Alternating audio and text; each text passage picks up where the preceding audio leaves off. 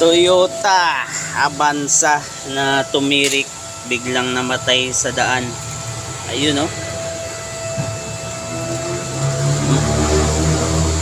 Bumaon yung balbula.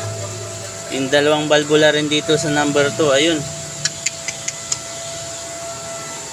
Aray ko po. Ayun, dito galing sa number 2 yung dalawa, tapos dito yung valve stem dito pa rin.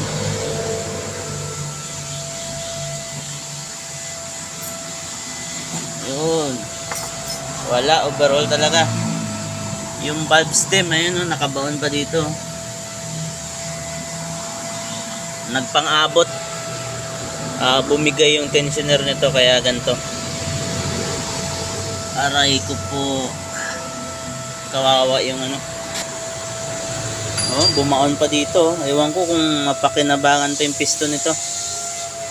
Aray, malala to. Grabe.